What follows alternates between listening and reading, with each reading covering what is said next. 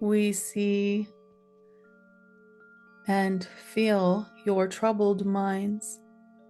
We are telepathic beings, and we have been on Earth a long time.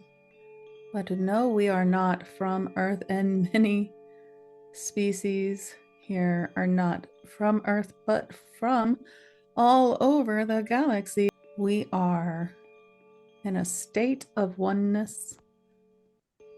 We live in a state of nature. And you live in a state of denature. You live in a state of busyness and of technology. When we tune into the noise of the thoughts of the third dimensional beings of humans, it is a cacophony of noise. We ask you to go to a place where you can take a moment of silence and empty your brain and connect once again more naturally with this earth.